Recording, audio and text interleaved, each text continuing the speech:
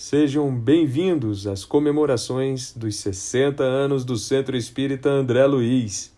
Aproveitem a palestra de hoje, realizada com muito carinho para vocês.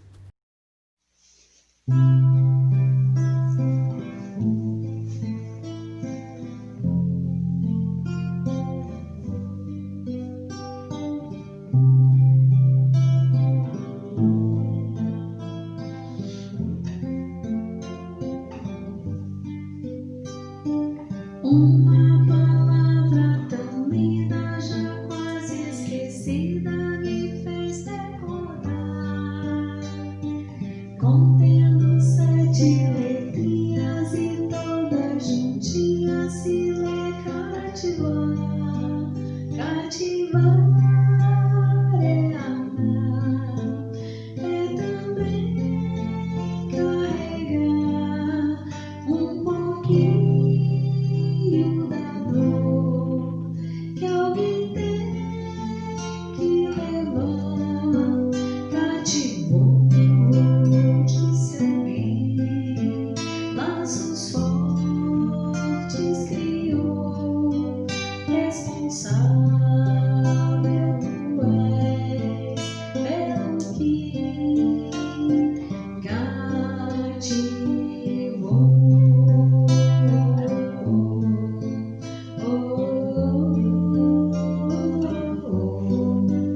No deserto tão só, entre homens de bem, vou tentar cativar, viver perto de alguém.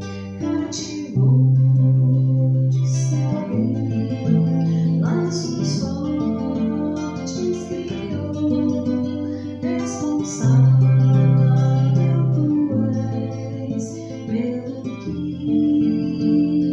cativou.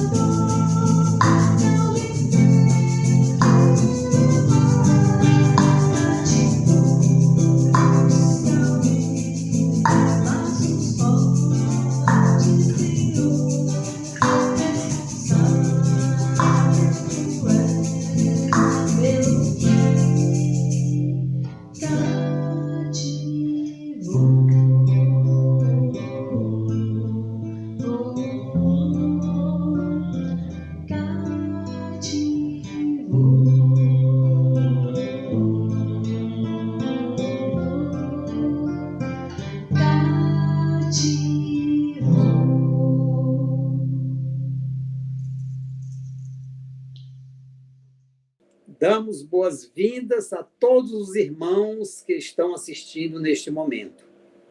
Saúde aos irmãos da Casa de André Luiz, aos frequentadores e a todos os demais ouvintes virtuais, onde quer que se encontrem. Em 2020, estamos nas festividades comemorativas dos 60 anos de fundação desta abençoada Casa de André Luiz. Foi em 1º de outubro de 1960, a data de fundação do primeiro Centro Espírita de Brasília. Teremos agora mais um estudo evangélico de Jesus, segundo os ensinamentos trazidos pelos Espíritos de Luz e codificados por Allan Kardec. Conclamo a todos neste momento para orarmos. Jesus amado, em teu nome rogamos a Deus nosso Pai de poder e bondade, bênçãos para a palestrante e para os irmãos do mundo inteiro nesse período de epidemia. Bênçãos para os que estão nas enfermarias, bênçãos para os trabalhadores da saúde, para os irmãos que estão participando, partindo para outras moradas da casa do Pai. Rogamos bênçãos especiais para os espíritos que estão reencarnando, que têm uma grande tarefa no trabalho do Senhor. Em teu nome, Jesus amado, iniciamos os trabalhos e passamos a palavra para nossa irmã Patrícia Mendes. Seja bem-vinda, minha irmã. Boa noite, André Luiz. Nesse período festivo em que a casa celebra sua data natalícia, eu estou muito feliz por ter sido convidada para fazer essa palestra. Como todos sabem, eu tenho um carinho muito especial pelo Centro Espírita André Luiz, no Pará, a casa onde eu trabalhei durante muitos anos na minha mocidade. O tema que nos traz a casa hoje está aqui na obra Na Seara do Mestre, do Vinícius, uma obra maravilhosa. O Vinícius, um grande pedagogo, trabalhador da Federação Espírita Brasileira, já desencarnado. Essa obra, tanto quanto nas pegadas do Mestre e o Mestre na Educação, e em torno do Mestre, são 4 obras, né? Ele fez quando encarnado. O tema das nossas reflexões está aqui no capítulo A Multiplicação dos Pães. Diz respeito àquela passagem evangélica, citada pelos evangelistas, quando, naquele momento magnífico, Jesus multiplicou os pães. Os evangelistas nos contam que o mestre havia feito uma pregação e que tinha se afastado para descansar.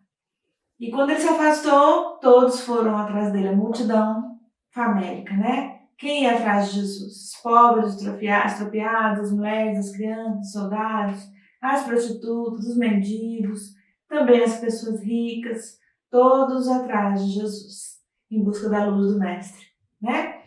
Ainda hoje, nesses dias, todos nós precisamos nos lembrar daqueles dias inovidáveis, às margens do Mar da Galileia, na verdade o Lago de Genezaré, mas é tão grande que parece um mar, e precisamos nos voltar para o Mestre. Sempre Jesus. Jesus, o lentivo das nossas dores, o lentivo para aqueles sofrimentos que carregamos, a porta dentro do nosso coração.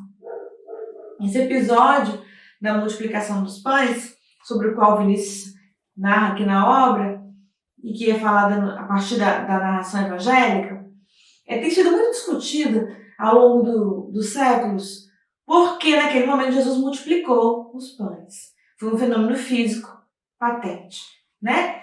E nós, como somos seres muito limitados aqui na Terra em termos de aprendizado da moral evangélica, ficamos séculos a fio, já se passaram 2 milênios, apegados ao fenômeno físico, né? Quando a gente fala do fenômeno da multiplicação dos pães, atavicamente, durante muitas encarnações, e até hoje a maioria de nós ainda tem esse sentimento, como é que foi que ele multiplicou, né? Os evangelhos nos contam que naquele momento, quando Jesus se afastou e todos foram atrás dele, ele alimentou 5.000 homens. Vejam vocês o machismo da época, as mulheres nem eram contadas, as mulheres não eram consideradas, né? E as crianças muito menos, eram consideradas seres humanos de direito, tanto que os evangelhos falam assim, a partir da multiplicação dos pães, eram 5 pães e 2 peixinhos, Jesus alimentou 5.000 homens, sem contar as mulheres e as crianças. Então, em verdade, a gente não tem nem condições de saber quantas pessoas realmente foram alimentadas, né? Nós sabemos que 5.000 pessoas do sexo masculino foram alimentadas, mas as mulheres e as crianças, talvez alcancemos aí a cifra de 15.000 pessoas, quem sabe, né? Se tivesse 5.000 homens e 5.000 mulheres, e cada mulher tivesse com uma criança só, o que era muito raro, né? Mulheres tinham muitos filhos, então a gente não tem nem noção de quantas pessoas naquele entardecer inovidável Jesus alimentou a partir daquela multiplicação. Mas o Vinícius nos alerta aqui na obra de maneira linda, porque isso não importa, na verdade, né? Temos aprendido que Jesus, nosso mestre, a alma mais pura, que já pisou na terra, nosso Senhor, modelo e guia da humanidade inteira, sabe e sempre soube muito mais da manipulação de fluidos, das leis da vida, das leis que regem o mundo físico e espiritual, muito mais do que nós, criaturas ainda que chafurdamos aqui na Terra, no aprendizado atrasado, podemos supor. Então, o que ele fez, Kardec nos explica de maneira clara, lá na Gênesis, foi manipulação de fluidos, né? A gente não tem dúvida sobre isso, mas o Vinícius nos fala que esse não é o ponto. O ponto é a lição evangélica, a moralidade do momento. Gente, nenhum momento, nenhum instante da vida do nosso Messias passa incólume ao aprendizado. Tudo que Jesus vivenciou, nada deixou escrito, né? Os 4 evangelhos foram redigidos por discípulos valorosos dele. O mestre vivenciou a lei de amor. Todos os momentos da sua caminhada na Terra, nos seus 33 anos de vida, especialmente nos 3 em que ele lecionou entre nós, esteve conosco, comeu conosco, abraçou nossas crianças, especialmente naqueles 3 anos, né? Da sua vivência evangélica, da sua pregação que precederam aquele momento infeliz do Gólgota, todos os instantes são encharcados de uma moralidade sublime. Também o episódio da multiplicação dos pães. Vinícius nos alerta aqui na obra. Que é muito bonito, né? Porque naquele momento aquela multidão esfomeada à frente do mestre, 5.000 homens, incontáveis mulheres, né? Milhares de mulheres, milhares de crianças. E aí os discípulos ficam agoniados porque o mestre já havia pregado. Ele tinha pregado no monte e tinha saído para descansar. Todo mundo foi atrás. E daí os discípulos ficam sem saber o que fazer, porque já entardecia, né? E aí os discípulos percebem que as pessoas tinham fome física, porque ninguém tinha alimento ali. Mas elas buscavam o alimento espiritual que o mestre trazia, né? Mas os discípulos ficam nervosos, saber o que fazer, e aí se aproximam de Jesus, e Pedro fala para ele: Jesus, mestre, é melhor dispensar a multidão, pois entardece, para que eles procurem nos vilarejos próximos algo para comer, pois é tarde, nós não temos o que oferecer. E Jesus calmamente olha então para os discípulos, olha para Pedro e diz, gente, que frase linda, para nós pensarmos. Diz assim: dá-lhes vós de comer. É a resposta de Jesus que surpreende os discípulos, mas que deve reverberar 2.000 anos passados também hoje no nosso coração, né? Dá-lhes vós de comer. Significa que nós, que já temos as luzes e as bênçãos do Evangelho de Nosso Senhor no nosso coração, onde a Boa Nova principia a germinar, nós é que temos que dar de comer. Para aqueles que vêm na retaguarda de nós mesmos, na escuridão, né, dos próprios passos, quando não descobriram a luz que ilumina o próprio coração, nós precisamos dar de comer para essas pessoas. E não é somente o pão físico, o pão do alimento, também alimentar os corpos, mas especialmente o pão da vida, que é Jesus, levar a mensagem do Mestre, especialmente por meio da nossa vivência. Por isso que Francisco de Assis, de maneira linda, dizia: pregue sempre, por toda a vida. Você é, há séculos, o sol que brilhou em Assis, o sol da Úmbria, que trabalhou na terra veramente em nome do Cristo, dizia isso, né? Fale sempre, pregue sempre o Evangelho de Nosso Senhor, sempre. E se precisar, use as palavras. Vejam que é na vivência que a gente vai dar de comer. Então Jesus faz aquela resposta, aquele convite, né, para os discípulos. Aquele convite é profundamente revolucionário. Até hoje ainda é. Quando os discípulos vão com problema e falam: dá-lhes vós de comer. Somos nós, tá? Aquele que tem fome, sede de justiça, tem fome e sede da palavra amiga, do Evangelho de Nosso Senhor, do verbo que liberta, dá-lhes vós de comer. Também daquele que tem a fome do corpo, né? Porque é muito difícil refletir quando o corpo padece com fome. Vamos nós na direção do outro, levando, especialmente por meio da nossa vivência, o Evangelho de Jesus. Se necessário, usando as palavras. E aí, quando Jesus faz, então, dá essa resposta aos discípulos, aí eles ficam sem saber o que fazer, e Jesus faz uma outra fala, a qual Vinícius nos alerta aqui para a gente refletir, que também precisa reverberar em nosso coração. Já se passaram 20 séculos, gente, da vinda do nosso Messias à Terra. É preciso que a gente reflita nas entrelinhas de cada passagem do nosso Evangelho, indo na essência, buscando o espírito da lição, que a letra mata, mas é o espírito que vivifica. E busquemos, então, a compreensão da nossa alma, a compreensão anímica das lições, para que a gente possa transmutar os nossos atos em atos valorosos na Terra, para que a gente possa dar de comer para os nossos irmãos na Terra, qualquer irmão de qualquer estrada, sem termos a postura egóica, orgulhosa de fazermos acepção de pessoas, como essa nunca fez. Jesus nunca escolheu quem era o povo dele. O povo de Jesus era o povo inteiro, da terra inteira. Se é cristão, se não é, não importa. São todos nossos irmãos, tá bom? Qual é a escolha da pessoa, o que ela vive, o que ela faz, não importa. São todos nossos irmãos. Demos de comer àquele que tem fome, que bate à nossa porta, que aguarda o nosso verbo, a nossa postura, a solução que encontremos para as nossas dificuldades, mesmo que seja titubeantes, para que eles também encontrem dentro deles, na luz que ilumina dentro do coração de cada pessoa, suas próprias respostas. Jesus, então, faz a segunda fala, quando ele convida os discípulos a dar aquela multidão esfomeada de comida. Os discípulos que sabiam o que fazer, ele pergunta. Gente, a segunda pergunta, o Vinícius nos alerta aqui na obra, recomendo que todo mundo leia, uma obra magnífica de um grande autor. Jesus pergunta assim, a pergunta que precisa ressoar também 2 milênios passados, 20 séculos em nosso coração. Que tendes? Que tendes? Veja que Jesus, para multiplicar os pães, precisava de alguma coisa. Jesus vai multiplicar os nossos talentos na terra, as nossas capacidades, vai nos ajudar, mas é preciso que a gente ofereça alguma coisa. As mãos que pedem, essencialmente, precisam ser também as mãos que trabalham. Ora, mas labora. É preciso que a gente consiga oferecer alguma coisa da gente, né? Alguma coisa do nosso talento tem que estar colocado na terra para que os espíritos venham e quase que nos carregam no colo. Essa que é a verdade. Cheguem, nos suportem, no sentido de nos dar suporte, né? Potencializem nossas forças, mas é preciso que a gente responda à pergunta de Jesus, que tendes? É preciso que a gente ofereça alguma coisa. E aí, então, os discípulos se mexem ali e encontram uma pessoa que trazia um cestinho com 5 pães e 2 peixes. E aí Jesus ora e roga ao Pai que o alimento seja multiplicado.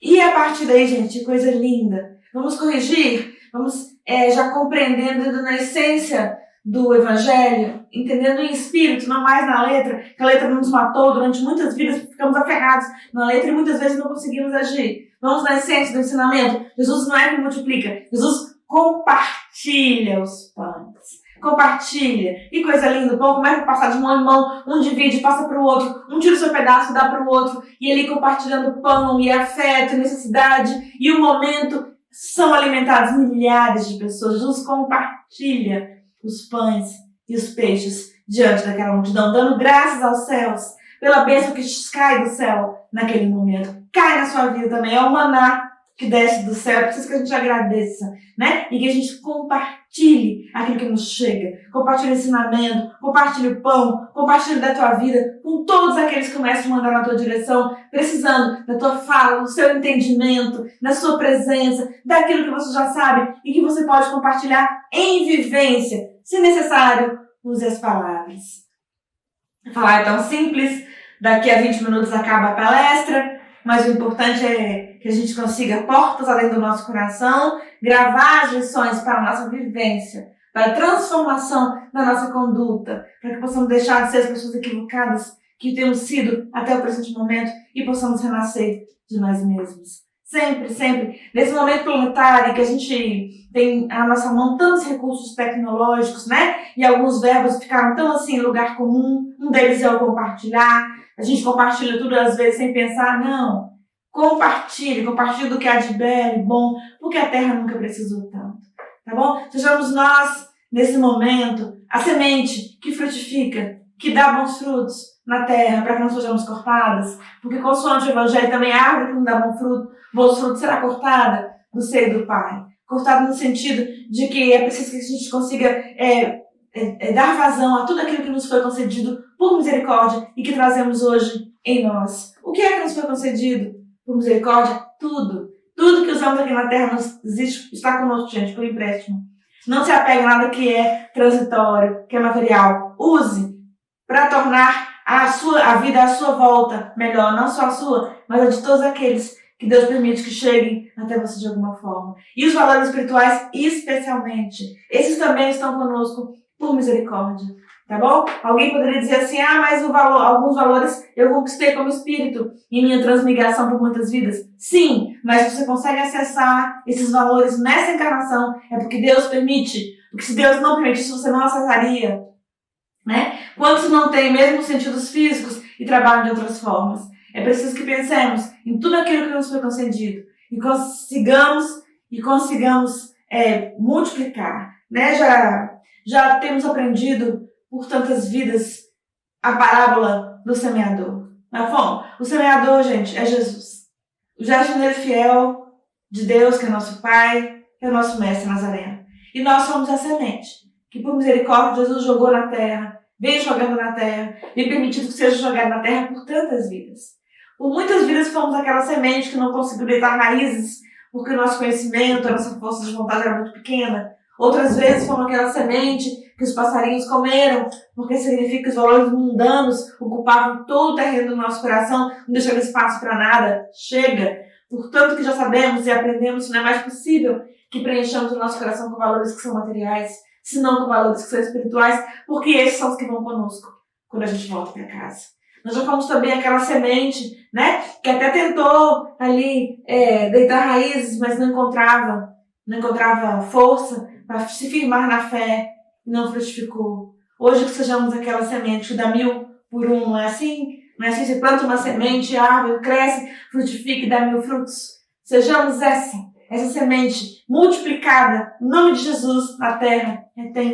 Nós, espíritas, especialmente nós que somos espíritas, por tanto que já sabemos, por tudo que já dizemos saber, por tudo que já aprendemos, sejamos nós, enfim, a semente que, em nome do Cristo, multiplica na terra, multiplica talentos, multiplica os seus dons, consegue fazer na terra florescer, mesmo que seja um pequeno jardim, onde está inserido, dias melhores, consegue transformar a sua vida numa vida que faça sentido, que tenha um legado. Esse é o diferencial que levaremos para casa quando desencarnarmos. O que é que falarão de nós quando nós voltarmos? Durante muitas vidas estivemos equivocados, muito preocupados com as doações materiais, com as heranças materiais que deixaríamos na terra. Respeito a quem pensa assim, cada um vive de consoante, acredita ou pensa, mas o mais importante, sem dúvida alguma, na terra é o legado moral que a gente deixa na terra, porque vai conosco também, porque nos pertence, passa a nos pertencer como espíritos que somos. Quando a gente chega do outro lado da vida, gente, faz toda a diferença. O que a gente fez aqui, o que a gente não fez aqui, a pessoa que conseguimos ser aqui e aquela que ainda não conseguimos ser, dirá quem somos de verdade. E é por isso que quando a gente está desencarnado, a gente precisa dizer quem a gente é. A luz, ou a pouca luz, ou a nenhuma luz, fala de nós, onde quer que estejamos. Por isso que Emmanuel fala, o bem que fizeres em algum lugar será teu advogado em toda parte. Pensemos nisso, que todos os recursos que chegam para nós sejam multiplicados na terra, em nome do Cristo. Os recursos materiais e os recursos morais e espirituais, especialmente esses. Veja no e-mail, né, falando dos recursos materiais. Essa alma linda psicografou tantas mensagens pelo Chico, dizer que quando ela desencarnou, doía demais no coração dela lembrar que ela tinha deixado um dia um pacote de pão no armário. E que após o desencarne dela ali, Irmã Rocha, o marido dela, o Arnaldo Rocha, confuso com os dias pós-desencarne, ela desencarnou muito nova, né? E eles eram poucos anos de casado, também um sofrimento absurdo naquele noivo que se vê viúvo de repente em plena juventude, na flor da juventude. Nos primeiros dias ele leva um pouco de tempo para se organizar e não abriria o armário da cozinha. E aí o pão se enche de bolor, o pão mofa. E ela faz do outro lado da vida e não lembrou disso. Pra gente aquele pão tinha que ter doado para alguém. Que alma linda! Nós lembremos todos os dias que os recursos que não chegam por misericórdia. Agradecemos, usando para o bem, não para o nosso ego, para a satisfação egóica diminuta da pessoa sensual, vaidosa que já fomos no passado, mas usando para o nosso engrandecimento e daqueles que Jesus manda na nossa direção, porque Ele manda. A transformação planetária depende de nós nos transformarmos também em pessoas melhores. Queremos tanto uma terra regenerada. A pergunta que precisamos fazer a nós mesmos é: temos sido pessoas que caminham na direção da regeneração? A nossa casa planetária, hospital escola, a nós concedido por amor, por acréscimo de misericórdia de Deus para conosco, se transformará naquilo que nós nos transformarmos. Refletirá sempre aquilo que estiver dentro do coração da criatura humana. Precisamos pensar, se queremos uma terra melhor, façamos de nós mesmos, pessoas melhores. Consoante Gandhi, essa alma magnífica que esteve na terra, seja você a mudança que você quer ver no mundo. Que possamos multiplicar os pães materiais e os pães espirituais. Que Jesus nos concede todos os dias. Que tenhamos olhos de ver e ouvidos de ouvir para perceber quais são as sementes que Jesus nos manda para que frutifiquem em nós e por nós, em nome dele, na seara que é dele. Cabendo a nós, como aprendizes do Evangelho, apenas disputar, o verbo é disputar mesmo, a honra de trabalhar na gleba que é de Jesus e que é a terra inteira. Cuidemos disso.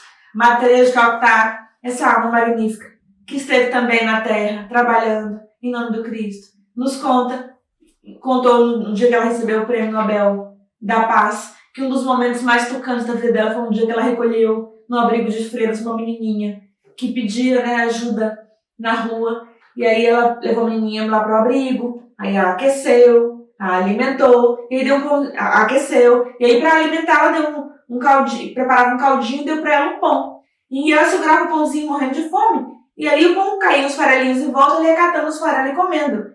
E ela olhou para aquela cena e falou: come, filha, come o pão. E a menininha, titubeante, continuava comendo os farelinhos, a casca do pão caía em volta. E ela, tocada com a cena, falou: come, filha, come o pão. E a menininha falou para ela: eu tenho medo. Eu tenho medo de comer o pão inteiro e amanhã não ter outro. Aí a Madre nos chama a atenção, naquele discurso magnífico dela, quando recebeu o Nobel da Paz, que é preciso que pensemos naqueles que não têm pão e que têm fome. Enquanto alguém sentir fome e frio na terra, nós não seremos felizes, porque a dor do outro nos alcança. Joana de Ângeles nos fala que é preciso que a gente, enfim, terceiro milênio, avançando, em seus primeiros anos, consigamos abrir a casca do nosso ego para caminhar na direção dos outros. Por que é que não temos conseguido? Por que é que achamos que a solução do problema do outro não passa por nós, se podemos ser na terra as mãos de Jesus, o olhar de Jesus, a fala de Jesus na terra? Precisamos compreender que enquanto alguém chorar com fome do outro lado da terra, nós estamos aqui no Brasil, lá do outro lado, lá na Sibéria, lá do outro lado do globo, se alguém come o farelo, com medo de comer o pão amanhã, nós não seremos felizes. Porque a dor do outro nos alcança.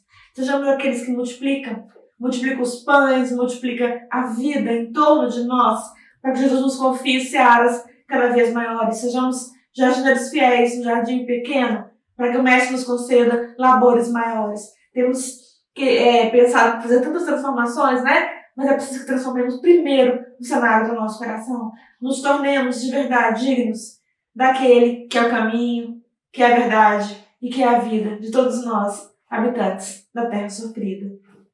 Francisco de Assis, o sol da Úmbria, nos ensinava que nesse trabalho de multiplicar os valores eternos na terra, na direção do próximo, nunca jamais julgar, sempre desenvolver no nosso coração o entendimento e o olhar empático na direção do outro. Empatia é sentir com o outro, compreender que o outro tem a própria jornada e que não nos cabe julgar ninguém. Num dos momentos da biografia de Francisco de Assis, conta-nos que eles faziam lá no local onde eles estavam recolhidos, um jejum, um momento que eles fizeram um jejum. Como ele era católico, ele tinha aquele entendimento e seguia sempre no jejum material. E eles tinham um propósito lá de fazer o jejum e um dos freios que estavam com ele não conseguiu. Aí falou com ele, chorou, depois de tantas horas que estava sem comer, começou a chorar e falou: Pai Francisco, eu não consigo mais fazer esse jejum, preciso comer. E Francisco de Assis olhou para ele, levantou-se, foi até a cozinha simples, onde eles preparavam o alimento, e ali ele cozeu uma sopa. E aí, quando todos esperavam que ele entregasse então a sopa para aquele companheiro de jornada que ele fez com ele sentou do lado dele e começou a comer com ele também. Para dizer que não havia julgamento, não havia punição, ele estava ali e nenhum olhar de crítica ao outro. Ele estava ali para compartilhar com ele aquela jornada e que ambos multiplicassem na terra, em nome de Jesus, o que eles tinham aprendido. Sempre fazer assim. Pensar que aquilo que a gente já sabe, que a gente já aprendeu, a gente vai levar. Vai levar, como diz o próprio Francisco de Assis, em vivência. Se necessário, usar as palavras. Mas sem esperar, sem ter expectativa com relação à conduta alheia. Sem ditar normas para a conduta dos outros, sem esperar que o outro faça aquilo que cabe a ele fazer no tempo dele que não nos pertence. Apenas nos candidatarmos a ser sementes na terra do jardineiro fiel que é Jesus, frutificarmos ações no bem, ações belas, deixar que os outros observem e no tempo deles também frutifiquem as ações que lhes pertencem, não a nós. O Espírito Valério, já que estamos falando do pão da vida, do pão espiritual e do pão físico, que se entrelaçam em algum momento na terra, né? Porque é preciso que a gente também compreenda a fome alheia. A fome. Mas dá o pão, mas dá também o afeto. Porque entregar o pão sem o afeto, os Espíritos nos falam que aquilo que é recebido sem o afeto sincero dói nas mãos daquele que recebe queima, né? O Espírito Valério nos conta, por meio da psicografia do Chico, magnífica, a história de um pão. A história de Jonaquim, o enjeitado. Jonaquim era um menininho que não tinha família, que vagava no mundo, né? E aí existia lá na cidadezinha dele um homem que era muito mau. E aí não fazia bem pra ninguém, era sempre mal-humorado, um azedume terrível, uma pessoa ríspida, uma pessoa difícil de trato. Não ajudava ninguém. Aí um dia ele estava comendo, fosse assim, num local público, né? Poderia ser assim, uma lanchonete, e aí passa um menininho, o Jonaquim, que era um menininho abandonado, criança de rua, com muita fome. Ele vê aquela cena e por um momento, um lapso no tempo, ele joga o pão pro Jonaquim, resgatando a essência dele. Porque todos nós, gente, na essência somos bons. Por que somos bons? Porque Deus que nos criou. E Deus a gente aprende que é todo amor, toda bondade, toda misericórdia. Todos nós, mesmo aqueles que estão travestidos com a capa do que não é bom, da mágoa, do azedume, da raiva, dentro dessa pessoa, há o DNA divinal. E essa pessoa um dia despertará para a sua verdadeira destinação, que é de todos nós, que é a perfeição que nos cabe. Que inclui sermos bons, sermos belos, sermos amorosos, tudo aquilo que Deus deixa em nós, um DNA divinal que vai conosco. E aí ele joga o pão. Eu chamo aqui, pega o pãozinho e come. Pronto, o menino conseguiu sobreviver, né? Com aquele pãozinho naquela manhã, segue em frente naquele dia, até que alguém lá na frente dá um outro alimento para ele. E aí o homem só fez isso, gente, na vida. O resto, só dificuldade. Só problema. Levando problema para os outros ainda, né? O que é ainda pior ainda. E aí desencarna, vai para uma região de sofrimento, refletindo o sofrimento que estava no coração dele. Graças a Deus temos aprendido que o céu e o inferno são lugares, né, que nós escolhemos estar. Não é um lugar onde Deus nos coloca, nos pune, não são lugares físicos, são estados de vibração da alma. Há muita gente encarnada fazendo aqui na Terra o céu, ou fazendo aqui na Terra o inferno. É uma escolha da alma, nos dois planos da vida, de um lado ou do outro, uma escolha. Como ele era uma alma abraçada com o que não era bom, quando ele se encarnou, se viu numa situação muito difícil. É assim mesmo, é justo, é da lei, né? E aí o sofrimento atroz nas regiões escuras do umbral, ali naquele lugar terrível, de vez em quando ele via que brilhava uma estrelinha, né? E ele não conseguia entender o que era aquilo, naquele negrume do céu, aquele lamaçal onde ele estava, lá por trás de densas nuvens plúmbeas, ele via uma estrelinha que piscava. De vez em quando ele via, conseguia ver. Aí um dia, cansado, desfalecido de tanto sofrimento, de tanta fome, ele passava por muitas necessidades ali naquele umbral, frio, né? Ele olha para aquela estrela e tem vontade de orar. E quando ele ora, então a estrela cada vez se aproxima dele, se aproxima da estrela, e o mentor então consegue chegar pertinho dele. E aquele sentimento leva para perto de Jonaquim. Aquele menininho para quem tinha dado um pão um dia já era um homem adulto, que trabalhava numa oficina. E aí o mentor fala para ele, aquela estrelinha que você via no umbral é o agradecimento daquela criança que hoje é um efeito. Ele nunca se esqueceu do pão que você deu para ele naquela manhã de fome e que o salvou. A estrelinha que te aquecia, que te iluminava, embora você não soubesse, por pouco que fosse, no umbral, que só era possível alcançar um pouco em você, não pelo amor do Jonaquim, que era muito, mas porque você só conseguia absorver um pouco. Era o coração dele grato, até hoje. E aí, encantado com aquela cena, ele pede permissão então para voltar à terra. E volta na condição de filho do próprio Jonaquim. Para ali, no seio daquele pai amoroso, que era um coração grato, por ele mesmo, ele conseguir refazer a vida dele. Por um pão, gente. Não por acaso meio desencarnada, lembrava-se do pão que ele havia adquirido do bolor na armário e falava, meu Deus, eu podia ter doado antes do meu desencarne. Não por acaso, Bezerra de Menezes, essa alma linda, extraordinária, a quem Maria Santíssima, a mãe, nossa mãe maravilhosa, convidou para estar em outras esferas e ele falou que ficaria na terra enquanto alguém sofresse aqui. Veja o que é um coração valoroso que trabalha em nome de Jesus na terra. No dia que ele pressente, os Espíritos nos falam, queria desencarnar. Ele que trabalhava na medicina gratuitamente, por isso chamado médico dos pobres, né? No momento que, se hoje é difícil acesso ao sistema de saúde, vocês imaginam isso, gente, no começo do outro século, no final do outro século, não é nem no século passado, é no final do século anterior. Então ele olha para aquela cena, né, em 1900, olha para a janela, ele pressente a alma evoluída que ia desencarnar naquele dia, olha para aquela janela, aquela multidão de gente que se fazia à porta, aguardando uma consulta gratuita, e fala, Senhor, só mais esse dia. Só mais esse dia, Jesus, de doação. Em socorro a esses, quem nos atenderá, mestre? E é atendido em mais um dia, na terra apenas para servir. Esse é o objetivo maior. Multiplicar os pães em nome de Jesus na terra significa isso. Significa nos olharmos e percebermos na alegria de servir onde é que podemos ser úteis. O sentido da vida reside no trabalho edificante. Trabalhar todos os dias, gente, sem falta. Queria encerrar nossas explanações contando uma história linda que o Chico contou para minha amiga Maíse. O Chico, que trabalhava com tantas almas lindas, né? Um dia Maíse perguntou para ele, como seria um espírito assim, o qual ele tinha tido tanta emoção a conhecer. Talvez esperando que ele falasse de Emmanuel, ou de André Luiz, ou de Sheila, ou de Memei, ou de Bezerra, de tantas almas lindas que passavam pela casa da prece, fotografavam no meio dele, mandavam mensagem por ele, né? Todas almas lindas mesmo. Mas o Chico contou uma história de um espírito, uma história especial para Maíse.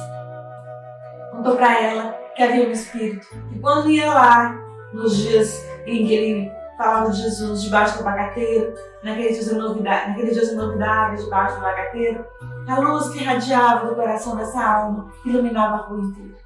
Aí Maíse perguntou para ele, então, quem era essa alma? Ele contou que havia sido um soldado nos primeiros anos do cristianismo, pós-Gólgota. E essa alma linda tornou-se cristão. Ele era romano, mas tornou-se cristão. E aí, ao tornar-se cristão, sabia então da perseguição. Ao tornar-se cristão, ele já era um soldado romano e ele sabia da perseguição pela qual vinham passando os cristãos, né? Que começaram a pregar, falar de Jesus nas catacumbas, de noite, escondidinhos. E esse soldado, que era na verdade um capitão, ele tinha uma legião que o atendia, soube então que os cristãos estavam pregando nas catacumbas, mas calou-se. Até que um dia, um outro soldado que também tinha uma patente descobriu isso e denunciou para as instâncias superiores, porque ele era um líder romano, mas não havia entregue onde estavam os cristãos naquela cidade, se escondendo para pregar à noite. E esse soldado então foi chamado diante do seu superior, e ele foi. E o superior perguntou para ele onde é que estavam os cristãos daquela cidade pregando à noite, porque ele já tinha sido denunciado, todos sabiam o que ele sabia. E o soldado então ficou calado, nada disso. E aí quando o superior dele viu que ele não ia falar, falou, então fale-me onde o seu mestre vem sendo cultuado, fale-me ou você morrerá. E permaneceu em silêncio, deixando claro que ele não diria onde os irmãos cristãos estavam pregando. E aí então, o superior dele chamou um outro soldado que tinha uma espada e falou para ele, fale-nos, onde o seu mestre é cultuado? E aí ele pensou e apontou o próprio coração e falou, é aqui que o meu mestre vem sendo cultuado. Por essa atitude nobre e digna, que salvou os irmãos cristãos naquele momento e que se apresentou como cristão quando todos temiam essa assunção, ele foi morto. o superior dele pediu que o outro que tinha uma espada não retirasse o coração dele. Mas por isso ele chegou do outro lado da vida, brilhante. E o coração dele, 2000 anos passados, brilhava até hoje. Porque ele não tinha escondido de ninguém que ele era cristão, que ele amava Jesus e que seguiria Jesus onde quer que ele estivesse. É assim, vivenciar os ensinamentos crísticos significa levantarmos a cabeça e enfim assumirmos que somos cristãos. Hoje não nos espera mais o circo de Roma, mas a tarefa está posta. O circo está dentro do nosso coração. Vencendo nossas dificuldades, caminharemos na terra, em nome de Jesus, multiplicando os talentos, os dons, os pães da vida que o Mestre nos concede. E trabalharemos em nome dele todos os dias. Graças a Deus. Que ele, que é nosso Mestre, que é nosso caminho, que é a vida de todos nós, nos guie, nos sustente, nos dê força nesses dias difíceis na terra, para que os superemos. Então, veremos raiar um dia novo, mais bonito e pleno para todos nós. Obrigada. Cara irmã Patrícia, agradecemos a sua palestra desse dia de hoje. Vamos agora, no encerramento, rogar a Jesus, pois em teu nome, mestre amigo, nós iniciamos o trabalho desse dia. E em teu nome pedimos permissão para declarar encerrados as atividades. Conclamamos a todos os irmãos para assistirmos às palestras das quartas-feiras de forma virtual, às 19h30 e aos domingos, às 17h, sobre as bênçãos de Jesus e o amparo de Deus Pai Poderoso. Graças a Deus, estão encerradas as atividades de hoje.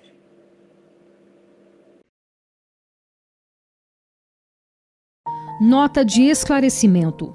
O CEAL sempre teve uma grande preocupação com aqueles irmãos que passam por dificuldades materiais e, desde a sua fundação há 60 anos, tem promovido ajuda a essas famílias que se encontram provisoriamente em estado de vulnerabilidade. Não basta dar o peixe, é necessário ensinar a pescar. Com esse pensamento, o CEAL sempre deu uma assistência de promoção social aos seus frequentadores. Sempre ofereceu às pessoas não só o alimento, mas também tratamento dentário, tratamento médico, roupas, corte de cabelo, doações de enxovais para as mães carentes, refeições e café da manhã no domingo e ainda na saída. Os frequentadores devidamente cadastrados levam para suas casas uma cesta básica, além de cursos profissionalizantes de informática e cursos doutrinários, realizando assim a formação moral e espiritual que o Espiritismo preconiza. Com a pandemia, todas as atividades do CEAL foram suspensas, como também o chá de berço e a campanha Alta de Souza. As doações escassearam, mas mesmo assim, o CEAL atendeu famílias com os alimentos que haviam na despensa. Quando voltarmos às nossas atividades, continuaremos atendendo aos nossos irmãos em suas necessidades, se Deus quiser.